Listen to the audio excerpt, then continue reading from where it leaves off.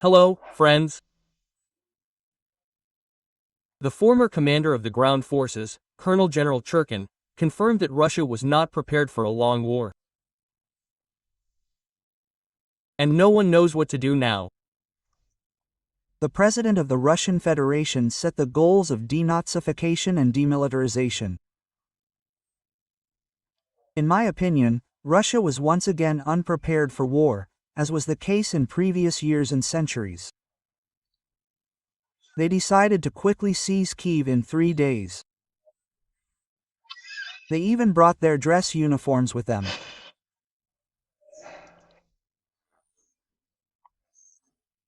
Moreover, as usual, they underestimated the enemy and overestimated their own forces. Well, how can you not overestimate them when you've been told for 20 years that you're the greatest? Everyone, if you remember, started saying on February 22nd that the war would be over in 3 days. Now we'll kill them all. In the face of such serious guys, everyone would run away immediately.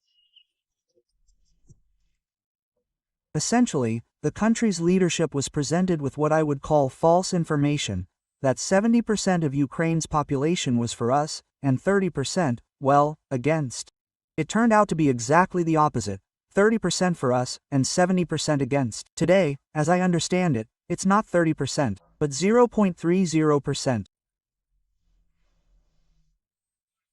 And this figure is unlikely to change in the next 70 years. And we already know what this led to. Literally in the first weeks, we learned a serious, harsh lesson, and we still haven't learned a thing. Putin continues to insist that everything is going according to plan, and he's sending people to the slaughter. The former Minister of Defense tried to make a graceful exit from this situation, calling it a gesture of goodwill. Our army knows how many dead, wounded, and maimed we left behind. So there you have it, and I think the story hasn't been fully told yet. Frankly, After an interview like that, we need to get out of the country before they catch us.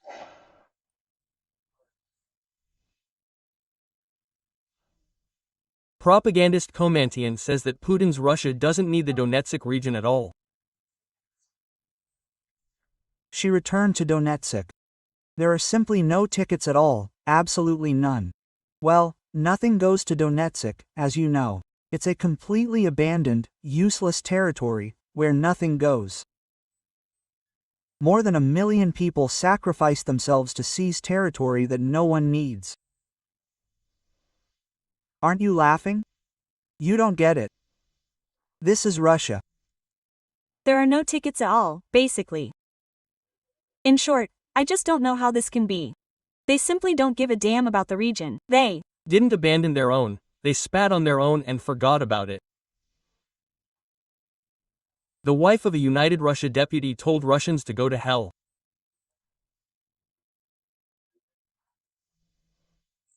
The wife of Deputy Sergei Zubkov posted a photo from her vacation in Dubai on the banned extremist Instagram and wrote, "They tell the deputy's wife that it's inappropriate to post a photo in a swimsuit with a naked woman.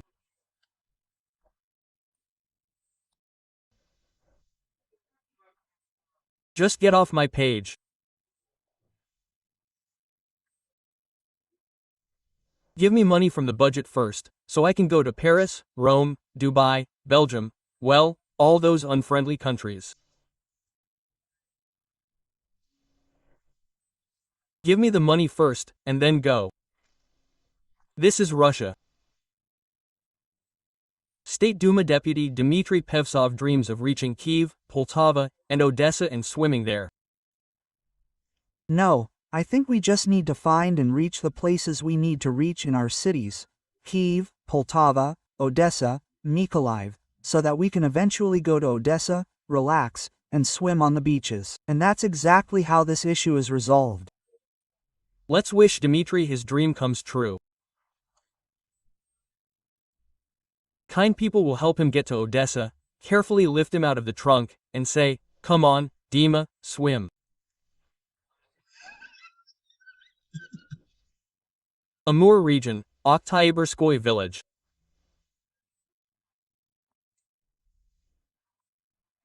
People chop and melt ice to drink water because in the 21st century, in the world's richest country in terms of mineral resources, they don't have any running water.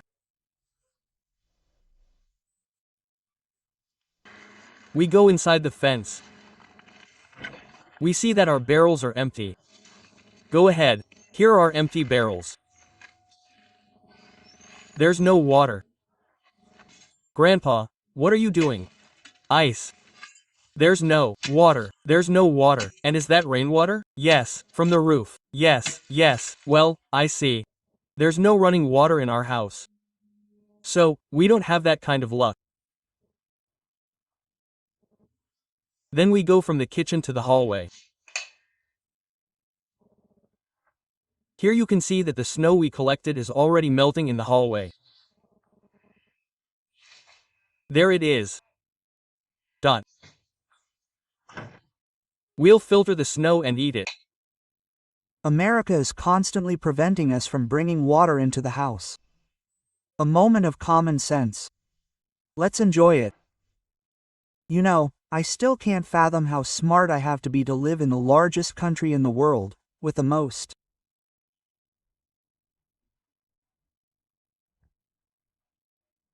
Natural resources in an era of the greatest consumption ever seen, to see how my country's leaders manage these resources, to see that there isn't a low-quality phone, car, or nail in the country, and yet they manage to convince me that we're living poorly. Not because of their lousy governance, theft, corruption, or because we don't have enough land.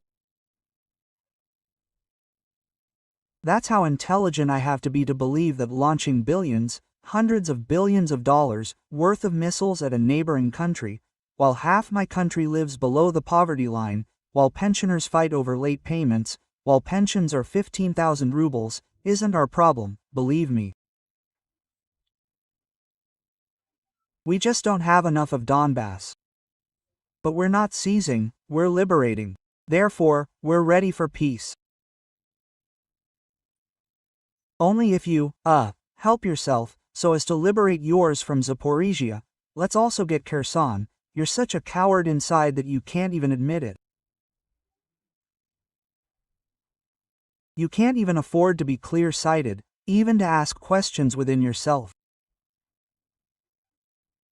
Okay, you're not a rebel, you can't go and break the system, but to be someone who's been siding with this regime for at least 50 years, listening to how Western Europe is rotting, and watching the elite send their children there. Even though even any single-celled organism understands that children are the most precious thing.